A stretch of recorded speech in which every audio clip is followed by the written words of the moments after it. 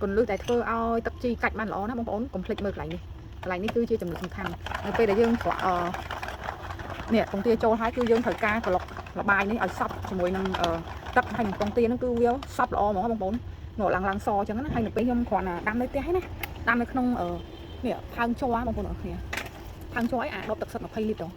hay là một kịp hàng mới tranh phao lại tranh ca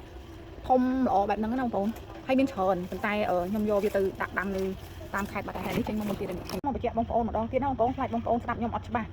สมัยดอกมาลิดกันละดอกมาลิดกันละยังพอปงเตี้ยจะนวนปีสลับเปลี่ยนนะส่วนบองโอนอันนี้ไงนี่ยมมาบางห้างปีรูปม้วนเฟอร์ตักจีจูลินซีสมัยซอยตะน้ำเลยคอยเตี้ยบองโอนอันนี้ยังในเป็นยังช่างดำตะน้ำเลยล้างสนาวเลยพายไอ้ยังยังพลายตะน้ำอัดบ้านพอละอ้อยยังปลาจีเนี่ยบองโอนจีก็หอมก็หายจีเขี้ยวหรือก็หายจีจูลินซีสังครูเป็นลือสมัยพอสอยดำน้ำให้บ้านพอละอเครื่องซ้ำเทอร์จีนะบางปอนเป็นไอเฉยเนี่ยมีแต่ปองเตี้ยปีขอบนี่ม้าวปีเจ๊งให้ตับไตรให้งี้งี้บางปอนก่อนนะกูปองเตี้ยนี่จำนวนปีกรอบดักโจกเนี่ยtớiยังกูปองเตี้ยให้ยังไวเวียซับนะบางปอนไวเวียระบายปองลำปองเตี้ยกับหอมhành so nàyซับโจกเนี่ยให้ยังปลาตับไตรจำนวนปีสับเปรี้ยhay bị cháy bị sập ria bay được nhé con ngọc nhé nè mà sập ria bị sập ria cho họ còn hãy dừng cột về sập nào quay về tao sập lo hái dừng miền tập thoạt đo bắt con ngọc nhé con ổn nè để trong pra tập chi ở ban là tập chi ở ban đây tha sầm rạch ở ban sắp cả ló con thử phở tập băng tập beng tập tân tập cái lệ ấy cho nó không còn không phở tầng độ không phở tầng hay tầng sân cứ nghe cả tì này vài cái nhá bóng vài khoan ở sập o màu phải để dân vay bay đi sập mặt o hái cứ đi chặt cạnh chỉ chi ban o bóng ôn đây khác có phở tầng sân tầng độ cho nên chít tầng độ nên chít của mao tầng sân nên chít pro ấy nó mình nghe cả chỉ chi thì còn ngọc thế nè cho nên vậy để nhom ai phải lập tập chi ban nghe số tôi nhom miền bằng này khỏi cho nên bút tập bằng năng máu mà cả thôn dây máu hay nhom miền mê chi sạp chẳng sạp cài tay của bóng bóng miền mê chi có lập ban đôi kia còn tha thời để tê dung chiêng nẹt lại miền mê chi sạp hay lấy bút tập ban pin ở ấy nhom chặt đào chọn tập thằng đó hay tập nhưng chọn tục và hai chia mà cho đây tới xem đẹp ơi dương petrol đặt vòng loan vòng tiền ấy để dương đi là bài mình nó trôi hái dương cả lọc bìa ở miền đồng hào mà còn nè là bài mà chan đấy nhưng anh đi ban ở đập đọt chiếng nó còn nè ủa mà đọt dương khởi ta cho luôn pi sập riêng ấy thì cho nên hai chị ban buôn đập sập riêng đập sập riêng chiêng ở đây chứ hai chị ban đập đọt ấy nó còn tái bài xa ta nhom miên điện mê chi đi sập chẳng nhom ai ở đại vía tha là ưu thì họ tha nè bông ôn cho luôn pi sập riêng có bông chứ mẹ nhom miên mê chi sắp nhom ai ra pi sập riêng là món pin hoa mà đa tới hay nhưng chặt nghe chi đi châu máu cứ bị chặt cạch lươn hái chặt bàn prao chẳng nào còn mặc nè ông ơi tôi sẽ phép khỏi tè lời sòng prong định món này đại xa ta và cho bạn pro mà toàn bạn chuột chuột chẳng hái ta nắm ở sân bồ bạn đặt cái từ khai đam được khai đó hay đây sân bồ ta nắm này chẳng anh ấy còn là em thọt vì là việc phơi tập chi hái nhâm sỏi và hai chục bông ổn rồi dạt p làประมาณ khai cáo cho người ai bông ổn mưa là tập phao này cam prao chi nó tao ban là tập phao lọ bạn nào lại bông ổn bạn trong tập cho ấy chờ này bông ổn mưa tập đào slide đào khao bao nhiêu mưa nhâm đâm không lăng nào mình tái sập hiệp với cứ thông lọ hay sặc vì ấy cứ bay to xóa mong đại sa tại nhâm phơi tập chi năng anhแล้วยังbông ai quạt xóa tập sân xóa ban chờ đọp hái chập đam xóa bông ti để dương vay mình nắng ai để dương vay mình nắng trôi được không tập năng hay tập đi là việc cờ lọc mấy ấy mà chân tụi bông ôn chẳng nào đầm bông ôn được thôi tam thấy ban trên chỉ là tập hờแล้วยังbanเรียบจำฉอตban đọc đọp chỉ bông ôn đọc đôi để đọc môi đọp hay đập pe để dươngฉอtập đôi roi hái nè bông ti để dương ban vay xong mình nó bông dương dùng màฉอtrong không đọp đi máu thấy không đọp mà liệt lại nó dương hờ bông ti chùm nuốn pi sặc rìa còn lưới tại thưa ao tập chi cạch ban ló nó bông ôn complete mực lại ní cứ chưa chùm được sừng khăn pe để dươngฉอnè công ty châu hái cứ dương thời ca của là bài này ở sắp cho mùi năng tập hành công ty nó cứ viếu sắp lo mà không bốn nổ lăng so chẳng nó hay được về đây lọc sắp ở hái dương cho bạch của cu cháo bạch của cu hỏi ốc យើងចាប់ផ្ដើមឃើញវាមានពពុះចឹងយើងច្បាច់ពពុះចេញណាបងប្អូនច្បាច់អស់កុំឲ្យនៅណាបងប្អូនណាកាលណានៅជីបានល្អទេនេះពេលដែលយើងច្បាច់ពពុះអស់ចេះបែបនេះបងប្អូនដាក់វាម្ដុំណាសម្រាប់ខ្ញុំដែលមានជីមេជីស្រាប់ខ្ញុំចាក់មេជីបញ្ចូលដើម្បីវាងាយកាច់ឆាប់បានកើតពេលដែលបងប្អូនអត់មានមេជីគឺបងប្អូនក្លុកសពបែបនេះហើយបងប្អូនច្រកមូលកម្របគ្រប់ហើយបងប្អូនទុកម្ដុំនៅពេលដែលមានថ្ងៃកន្លែងណាមានថ្ងៃបងប្អូនដាក់ឲ្យចំថ្ងៃណាចាឥឡូវទៅពេលដែលយើងចាក់មេជីហ្នឹងហើយយើងក្លុកវាឲ្យសពចឹងណាបងប្អូនទាំងអស់គ្នាហើយបងប្អូនអត់មានមេជីទេបងប្អូនទុកវាចោលទៅនៅពេលកន្លែងណាមានថ្ងៃបងប្អូនដាក់ហាលថ្ងៃឲ្យចំកន្លែងថ្ងៃល្អសម្រាប់ខ្ញុំមានមេជីខ្ញុំចាក់មេជីចូលហើយយើងបន្តចាក់ពងទាហ្នឹងចូលទៅក្នុងទឹកដែលយើងជ្រក់ឲ្យស្រេចហ្នឹងតទៅអស់ដបទេណាបងប្អូនទាំងអស់គ្នាបងប្អូនជ្រក់បានប្រហែលដបបងប្អូនយកប៉ុណ្្នឹងទៅបងប្អូនចង់បានបរិមាណច្រើនជាងហ្នឹងបងប្អូនប្រើពងទា4គ្រាប់6គ្រាប់ហើយបងប្អូនគុណតាមហ្នឹងណាយើងដូចថាឥឡូវពងទា2គ្រាប់2ចេង2សាព្រាទឹកត្រី2សាព្រាពងទា4គ្រាប់គុណ2ចេងគុណទឹកត្រីតាមហ្នឹងទេណាបងប្អូនទាំងអស់គ្នាសម្រាប់បងប្អូនដែលចង់បានច្រើនបងប្អូនគុណតាមហ្នឹងឯងសម្រាប់ខ្ញុំប្រើនៅសម្រាប់គ្រួសារអញ្ចឹងខ្ញុំប្រើតែពងទា2ប៊ីចេង2សាព្រាទឹកត្រី2សាព្រានេះគឺគ្រប់គ្រាន់សម្រាប់ខ្ញុំហើយខ្ញុំផលិតម្ដងគឺខ្ញុំប្រើបាន1ឆ្នាំបងប្អូនទាំងអស់គ្នាអញ្ចឹងជីនេះល្អមែនតើប្រើតែបន្តិចគឺបានផលខ្លាំងតែម្ដងណាបងប្អូននេះបញ្ជាក់ទៀតណាបងប្អូនទាំងអស់គ្នាសម្រាប់បងប្អូនដែលអត់មានមេជីទេបងប្អូនទីឃើញហ្នឹងដោយសារតែមានមេជីស្រាប់បានផលិតកើតបើសិនជាអត់មានមេជីផលិតកើតអត់ទេបងប្អូនពីដើមមកខ្ញុំអត់មានមេជីទេគឺខ្ញុំប្រើតែពងទាហើយនឹងទឹកហ្នឹងទេគឺខ្ញុំផលិតចេញជាជីបានជាខ្ញុំបានមេជីមកឥឡូវខ្ញុំធ្វើអញ្ចឹងដើម្បីអីងាយស្រួលឆាប់កើតព្រោះខ្ញុំរវល់ខ្ញុំអត់បានដូចថាអាសាបានធ្វើណាបងប្អូនអញ្ចឹងខ្ញុំផលិតអញ្ចឹងទៅឆាប់បានប្រើព្រោះឥឡូវជីខ្ញុំជិតអស់ហើយនេះពេលដែលខ្ញុំផលិតតាអត់ដាក់មេជីអញ្ចឹងវាត្រូវការរយៈពេលមួយខែអីបានកើតតែបើខ្ញុំដាក់មេជីអញ្ចឹង10ថ្ងៃទៅកន្លះខែគឺខ្ញុំអាចកាច់ជាជីសម្រាប់ស្រោចដំណាំបានបន្តទៀតហើយអញ្ចឹងសម្រាប់បងប្អូនទាំងអស់គ្នាដែលតែងតែសួរខ្ញុំថាធ្វើម៉េចខ្ញុំធ្វើមិនអត់កើតអញ្ចឹងបងខ្ញុំធ្វើមិនជាអត់ចេញពណ៌ក្រហមចេញមកសថ្លាអីចឹងអាហ្នឹងគឺមកពីបងប្អូនអាចប្រើទឹកខុសឬក៏កន្លឹះមួយទៀតដែលដូចខ្ញុំប្រាប់បងប្អូនអញ្ចឹងគឺបងប្អូនអត់បានចំបាច់ពពុះចោលឲ្យអស់ឬក៏បងប្អូនវាយលបាយពងទាហ្នឹងអត់សັບល្អគឺជាមូលហេតុដែលធ្វើឲ្យទឹកជីមិនដំណើរការមិនកាច់បានជាជីល្អណាបងប្អូនទាំងអស់គ្នាអញ្ចឹងបងប្អូនកុំភ្លេចធ្វើតាមខ្ញុំតាមដានវីដេអូនេះឲ្យលម្អិតគឺនេះបងប្អូនឃើញទេពេលដែលយើងក្លុកវាសັບអស់ហើយវាចេញពពុះកុំភ្លេចច្បាច់ពពុះហ្នឹងចេញឲ្យអស់ព្រោះកាលណាទុកពពុះហ្នឹងគឺជីហ្នឹងវាអត់កាច់ល្អទេវាស្អុយវាខូចអញ្ចឹងណាបងប្អូនទាំងអស់គ្នាហើយបើជីហ្នឹងវាកាច់ហ្នឹងបងប្អូនវាឡើងក្រហមកម្ៅដូចងក់ដបហ្នឹងអញ្ចឹងពណ៌ដូចប្រេងម៉ាស៊ីនដូចនេះអញ្ចឹងមិនមែនប្រេងម៉ាស៊ីននេះវារៀងក្រហមដូចជាទឹកផ្អកអីចឹងណាបងប្អូនទាំងអស់គ្នាមុនដំបូងគឺវាសតែនេះតែពេលដែលវាកាច់ជាជីគឺវាឡើងក្រហមកម្ៅដូចពណ៌ទឹកផ្អកដូចពណ៌ទឹកត្រីអីចឹងទៅហើយវាមានក្លិនឆ្អាបដូចពងទាវាអត់ស្អុយទេដូចពងទាកូនណាបងប្អូនដូចពងទាយឺវាមិនមែនស្អុយដូច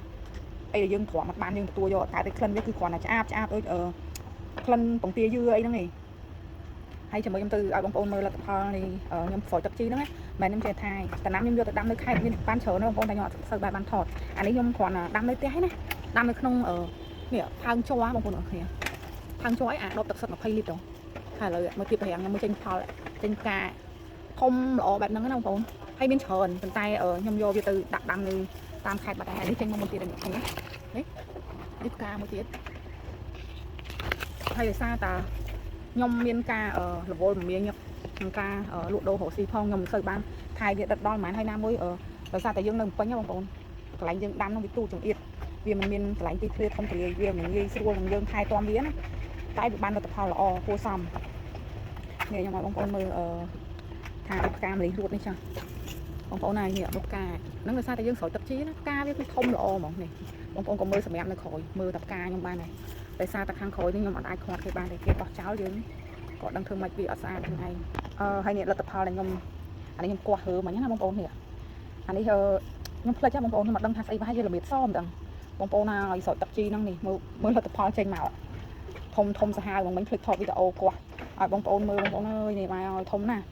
ធំមែនតើណានេះមើលខ្ញុំដាក់បាត់ដៃខ្ញុំមួយគ្រាន់តែមកធៀងវានេះមិនមកគល់នេះអានេះមកធំនេះនេះធំប៉ុនកញ្ឆេងដង្ហើហាត់រីបងប្អូនអាធំណាធំមែនតើហើយនេះខ្ជាយអានេះល្មៀតក្រហមអានេះខ្ញុំអត់ដឹងថាខ្ញុំយកអីមកដាំខ្ញុំអត់ចាំមិនដឹងជាល្មៀតសឬស្អីបងប្អូនណាស្គាល់ជួយខមមិនប្រាប់ខ្ញុំផងណានេះអូខ្ញុំដាំថាល្អគួរថ្លៃហើយល្មៀតនេះហាខ្ញុំគាស់លើកទី4ទី5ដងនេះបងប្អូនគឺបានច្រើនមែនតើហ្មងអានេះមករយៈនេះខ្ញុំអត់សូវបានស្រោចទឹកជីទេខ្ញុំរវល់ទៅលក់ដូរអញ្ចឹងខ្ញុំគាស់នេះខ្ញុំរើកាយដីម្សាទៀតពួកអីខ្ញុំគិតថាវារៀងណែនធំខ្ញុំគាស់កាយវាម្សាទៀតមកបានផលមកប៉ុណ្ណេះហ្នឹងហើយជាលទ្ធផលដែលខ្ញុំប្រើជីនឹងឯងបងប្អូនអរគ្នាអត់កុហកបងប្អូនទេ អានេះខ្ញុំដឹងទៅទិញយកមកប្រើអីព្រោះខ្ញុំអត់ចាំបាច់ប្រើតែពេលដែលខ្ញុំស្លោអីសល់ខ្ញុំចេះកាប់វាចោលទៅវាដុះបានអញ្ចឹងហើយខ្ញុំគាស់យកទៅចែកបងប្អូនញាតិមិត្តខ្ញុំច្រើនហើយច្រើនដងច្រើនលើកច្រើនសារហើយនៅសល់តិចតួចវាចេះតែដុះមកទៀតណាបងប្អូនឥឡូវដូចអញ្ចឹងនេះខ្ញុំយកទៅប្រើខ្លះទៅសល់ខ្ញុំយកកប់វិញទៀតខ្ញុំមិនដឹងយកទៅណាមានតែកប់ហើយនេះសឹកໄខរបស់ខ្ញុំអាគុំចាស់ចាស់ណាឥឡូវខ្ញុំចាប់ផ្ដើមកាត់ហើយខ្ញុំគាស់ដាំសារថ្មីមួយអាទិត្យក្រោយខ្ញុំនឹងអាប់ដេតវីដេអូឲ្យបងប្អូនបង្ហាញជូនបងប្អូនថាវាឃើញលទ្ធផលចេញជាបែបណាណាបងប្អូនចាំរងចាំទស្សនាទាំងអស់គ្នានេះរូបរាងនៃវីដេអូនេះមួយអាទិត្យក្រោយបងប្អូនមកមើលលទ្ធផលថាវាចេញផ្លែផ្កាបែបណាដែរហើយនេះបងប្អូនឥឡូវខ្ញុំចាប់ផ្ដើមច្រកក្លុកនេះបានចិត្តរួចរាល់ហើយណាបងប្អូនចង់ប្រើច្រើនអីដូចថាសម្រាប់តំណាំនៅផ្ទះមានច្រើនអីជាងខ្ញុំអញ្ចឹងណាបងប្អូនដាក់ពងទាដាក់អីឲ្យច្រើនគុណតាមនឹងទៅប្រើបរិមាណសម្រាប់បងប្អូនចង់បានប៉ុណ្ណាគុណតាមនឹងទៅសម្រាប់ខ្ញុំម្ដងនេះពងទា2គ្រាប់នេះខ្ញុំអាចផលិតជីបាន10ដបជាងអីចឹងខ្ញុំប្រើរយៈពេលបាន1ឆ្នាំបងប្អូនមួយឆ្នាំមិនអស់ឆ្នាំមុនខ្ញុំធ្វើវីដេអូមួយសារខ្ញុំផលិតបានជាជិត20ដបឥឡូវវាសល់នេះប្រហែល1ដប2ដបហ្នឹងអញ្ចឹងខ្ញុំយកមកផលិតបន្តទៀតព្រោះខ្ញុំខ្លាចអស់អញ្ចឹងខ្ញុំខ្លាចខ្ញុំស្រោចអីទៅវាអត់ទាន់អីចឹងខ្ញុំធ្វើចេះទៅពេលដែលខ្ញុំរវល់យ៉ាងណាក៏ខ្ញុំមានជីសម្រាប់ប្រើប្រាស់ដែរអញ្ចឹងសម្រាប់បងប្អូនដែលក្លុកអីធ្វើច្រកអីចឹងរួចរាល់អស់ហើយបងប្អូនត្រូវយកវាទៅដាក់ហាលថ្ងៃកន្លែងណាដែលមានថ្ងៃវល់ល្ងាចទេបងប្អូនដូចថាតាំងពីផឹកពលល្ងាចទេបងប្អូនគិតថាកន្លែងណាដែលមានថ្ងៃចំល្អបងប្អូនយកទៅដាក់ហាលថ្ងៃនៅកន្លែងហ្នឹងហើយរាល់ថ្ងៃមួយថ្ងៃបងប្អូនទៅក្លុកវាម្ដងឲ្យសប់ក្លុកវាឲ្យសប់ដូចយើងក្លុកដាក់ពងទាមិនអញ្ចឹងណាក្លុកឲ្យដាក់ហាលវិញក្លុកឲ្យដាក់ហាលវិញរាល់ថ្ងៃចំនួន10ទៅ15ថ្ងៃទៅបងប្អូនគឺជីហ្នឹងវាចាប់ផ្ដើមកាច់ហើយសម្រាប់បងប្អូនដែលអត់មានមេជីបងប្អូនប្រើរយៈពេល1ខែសម្រាប់បងប្អូនដែលមានជីស្រាប់ដូចខ្ញុំចេះបងប្អូនប្រើរយៈពេលតាំងកន្លះខែគឺបានជីប្រើហើយបងប្អូនទាំងអស់គ្នាចឹងវិធីធ្វើហ្នឹងគឺងាយស្រួលមែនតើហើយតិចទៀតខ្ញុំនឹងបង្ហាញវីដេអូលាយជីសម្រាប់ស្រោចដំណាំតើលាយបរិមាណប៉ុណ្ណាសម្រាប់ស្រោចដំណាំរបស់បងប្អូនខ្លះគាត់ខមមិនសួរថាគាត់ធ្វើកើតហើយតែគាត់អត់ដឹងលាយមិនប្រើមិនតាមពិតខ្ញុំតែងតែប្រាប់នៅក្នុងវីដេអូនៅពេលដែលខ្ញុំធ្វើជីគឺខ្ញុំធ្វើការផលិតជីហ្នឹងហើយខ្ញុំលាយទឹកស្រោចដំណាំគ្រប់វីដេអូទាំងអស់តែគាត់បងប្អូនមើលអត់មើលដល់ចប់អីចឹងណាអញ្ចឹងឥឡូវខ្ញុំធ្វើម្ដងទៀតហើយបង្ហាញជូនបងប្អូនសង្ឃឹមថាបងប្អូនមើលវីដេអូមួយនេះហើយបងប្អូននឹងយល់ច្បាស់ហើយធ្វើបានសម្រេចតែម្ដងណាអរគុណមកបញ្ជាក់បងប្អូនម្ដងទៀតណាបងប្អូនខ្លាចបងប្អូនស្ដាប់ខ្ញុំអត់ច្បាស់សម្រាប់ដប1លីត្រកន្លះយើងប្រើពងទាចំនួន2ស្លាបព្រាណាបាយដែលយើងលាយហ្នឹងមានទឹកត្រីស្ករច្រឡំស្ករទឹកត្រីប៊ីចេងហើយនឹងពងទាហ្នឹងវាយឲ្យសប់ចាក់2ស្លាបព្រាចូលដប1លីត្រកន្លះក្លុកឲ្យសក់ច្បាច់ពពុះចោលហើយដាក់ហាលថ្ងៃនៅកន្លែងដែលមានថ្ងៃវល់ល្ងាចទេបងប្អូនហើយជារៀងរាល់ថ្ងៃបងប្អូនត្រូវទៅក្លុកវាម្ដងក្លុកឲ្យសប់ហើយចាំដាក់ហាលវិញក្លុកឲ្យសប់ហើយចាំដាក់ហាលវិញជារៀងរាល់ថ្ងៃឲ្យបាន10ទៅ15ថ្ងៃទៅបងប្អូនចាំឈប់ក្លុកណាសម្រាប់បងប្អូនដែលមានមេជីស្រាប់បងប្អូនអាចប្រើរយៈពេល10ថ្ងៃទៅ15ថ្ងៃអាចកាត់ជីអាចប្រើបានសម្រាប់បងប្អូនដែលមិនទាន់មានមេជីបងប្អូនត្រូវប្រើរយៈពេល1ខែទៅ1ខែលើសអីចឹងទៅបានអាចប្រើបានណាបងប្អូនទាំងអស់គ្នាហើយបងប្អូនដែលចង់បានមេជីស្រាប់យកទៅដាក់ដូចខ្ញុំសម្រាប់ឲ្យផលិតឆាប់កើតអីបងប្អូនអាចតំណមកខ្ញុំបានខ្ញុំអាចចែកជូនបងប្អូនយកទៅផលិតបានខ្ញុំអត់គិតតម្លៃថ្លៃអីទេបងប្អូនគឺខ្ញុំចែកជូនតម្លៃសមរម្យមែនតើធូរសម្រាប់ឲ្យបងប្អូនយកទៅប្រើហើយបញ្ជាក់ម្ដងទៀតបងប្អូនដែលចង់ឲ្យផលិតទឹកជីកាច់បានល្អគឺបងប្អូនត្រូវប្រើទឹកបឹងទឹកស្ទឹងទឹកទន្លេណា